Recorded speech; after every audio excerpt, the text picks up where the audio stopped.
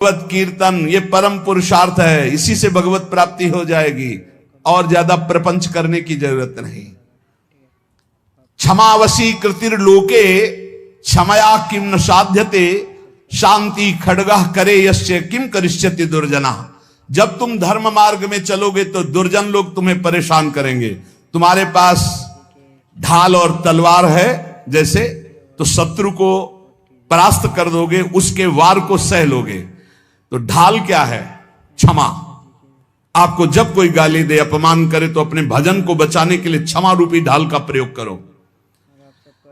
और दुर्जन जब प्रहार करते हैं, निंदा करते हैं, अंदर से काम क्रोध आदि, तो शांति रूपी तलवार से काट दो। शांत रहो, चुप रहो, क्षमा कर दो। क्षमा रूपी ढाल, शांत रूपी तलवार, इससे आप क्रॉस करते हुए चले जाओगे भगवत मार्ग में आगे। स्वर्ग के देवता, बड़े बड़े देवता जिसको नमस्कार करते हैं, वो कौन सा पुरुष होता है? बोले वो दो प्रकार के होते हैं। एक होते हैं जो बलपूर्वक दंड देने में क्षमता रखते हैं, पर उनका अपमान निंदा करो वो सह लेंगे, और निर्धन होने पर भी, अवसर आने पर सब कुछ लुटाने के लिए तैयार हैं। इन दो पुरुषों को बड़े बड़े देवता भी नमस्कार करते हैं। गरीब होने पर भी दान देने का उत्साह, और बलवान होने पर भी सहनशीलता। दूसरे के द्वारा किया हुआ निंदा, अपमान आदि मौन होकर सह लेते हैं, यद्यपि सामर्थ्य उनमें दंड देने की है। गरीब होते हुए भी दूसरों को खिलाने पिलाने, दान देने का उत्साह, इन दो को बड़े बड़े देवता भी नमस्कार करते हैं। द्वांभसी निवेष्टव्यो गले बद्ध्वा दृढ़ाम शिलाम धनवंत मादातारम दरिद्रम चा तपस्विनम।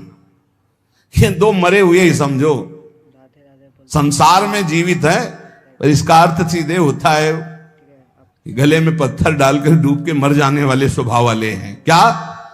जो धनी होने पर भोग विलासिता में पैसा खर्चा करते हैं। एक होटल में गए, लाखों रुपए खर्चा कर दिए। अरे 250 ग्राम आटा नहीं खा सकते हो? कितने का 250 ग्राम आटा होता है? 1-2 कटोरी दाल सब्जी ले लो, 2-4 रोटी ले लो, खा लो। प्रकृति के पैसे को बर्बाद करते हो।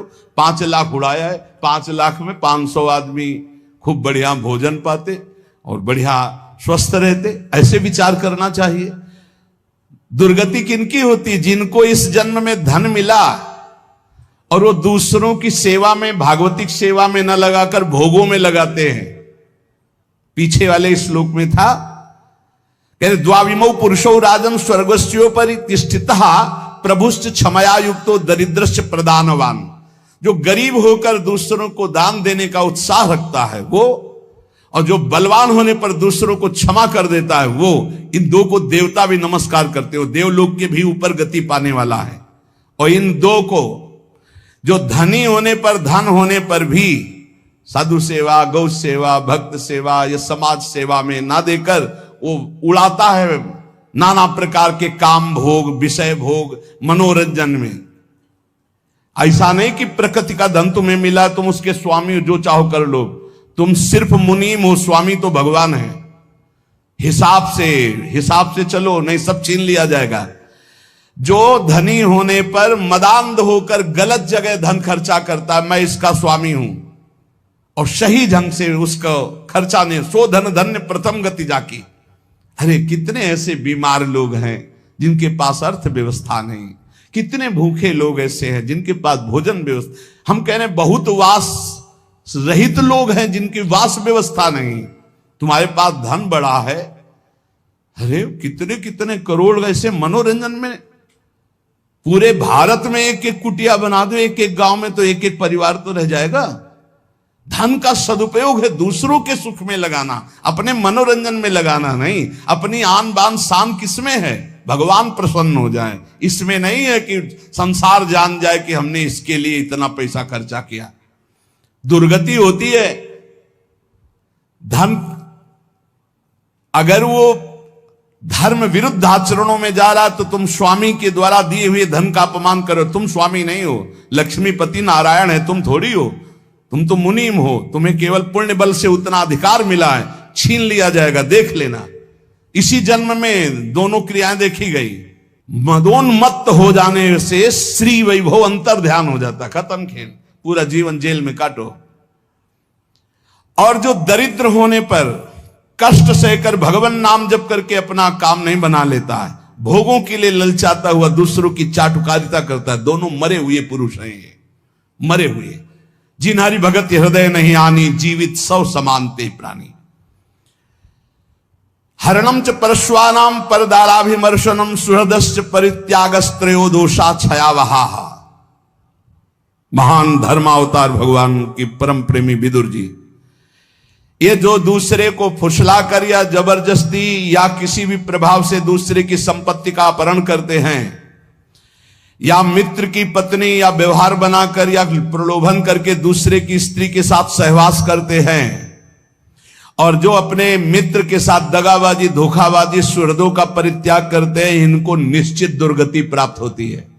ध्यान से सुन लो, यही निर्णय करने वाले हैं। धर्मराज का सीधा अवतार विदुर जी हैं और धर्म का अंशावतार युधिष्ठिर जी हैं। सीधा धर्मराज ही आए हैं विदुर जी के रूप में, वही कह रहे हरणम च परश्वानाम परदाराभिमर्शनम। में बहुत बड़ा पाप है अपनी भागवतिक पद्धति से स्वीकार की हुई अर्धांगिनी के सिवा किसी माता बहन की, वो तुम्हारी दुर्गति कर देगा, या अपने पति के सिवा किसी और, वो तुम्हारी दुर्गति कर देगा।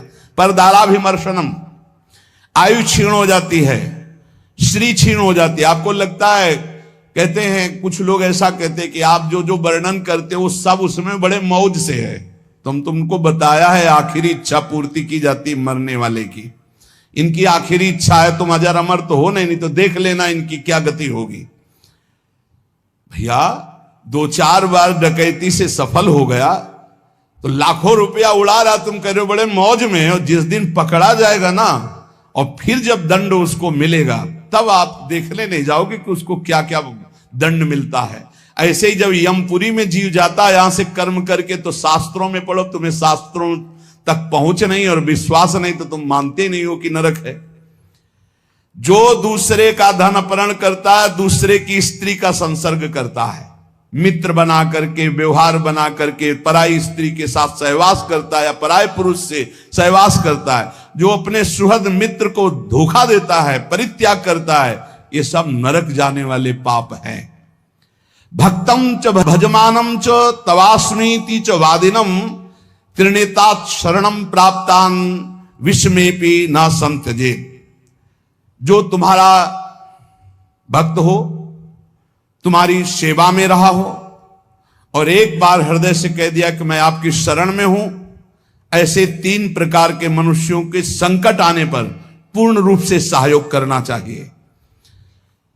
गृहस्थ में अपने कुटुंब में जो सबसे बूढ़ा हो उसको सबसे पहले भोजन देना चाहिए, धर्म का आदेश है।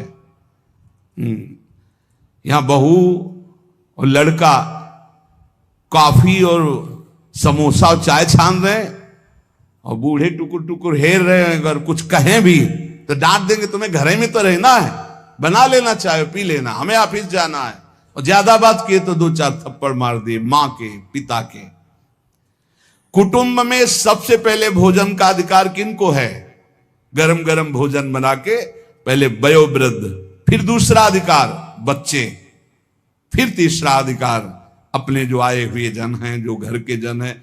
बनाने वाला सबसे बात के, ये नहीं कि बनाने वाला पहले चक छान के फिर जो मनाया सो परोस दिया।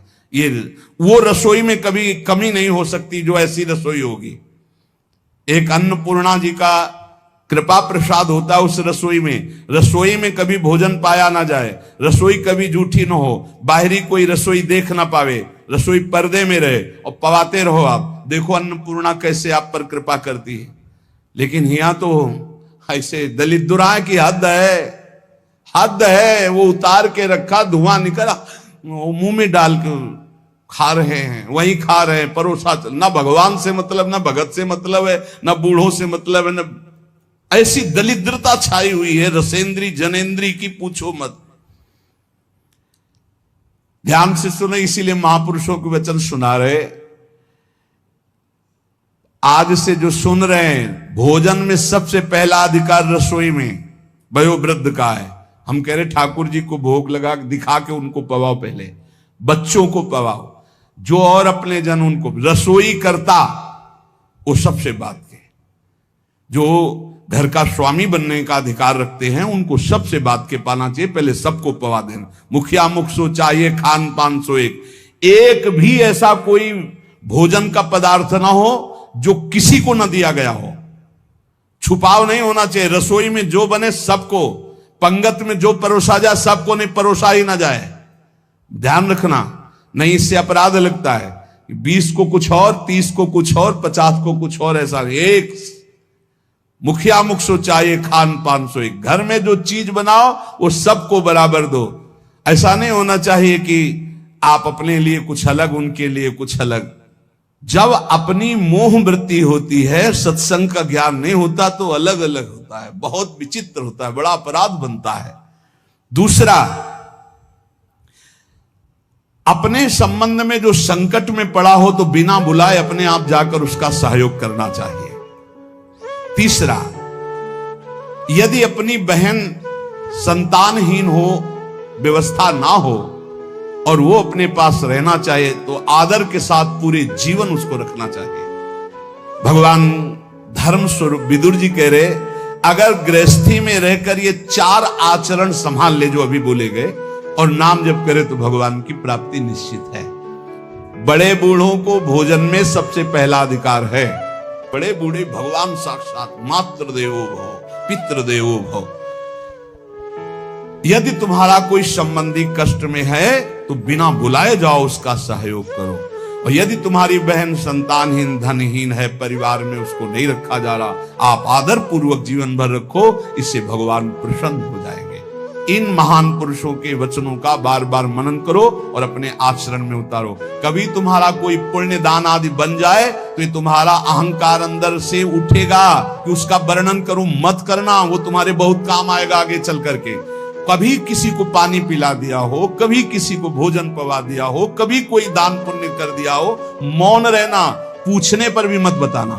कोई पूछे वृंदावन गए थे, कुछ तो खवाया पिया होगा संतों को, मत बोलो अरे हमारे को खाने को नहीं, हम दूसरे को क्या खवा देंगे, हम ही को भगवान पवा रहे हैं। ऐसे अपने पुण्य को छुपाओ। और अगर कोई संत महापुरुषों का समागम मिले तो भगवत प्राप्ति के योग्य जो वचन निकल रहे उनको ऐसे पकड़ो जैसे कोई गरीब आदमी संपत्ति को पकड़ता है, और उन वचनों का बार बार मनन करो। तो जैसे पात्र को मांजा जाता है तो निर्मल हो जाता है, ऐसे जब हम सत्संग के वचन चिंतन करते हैं तो हमारा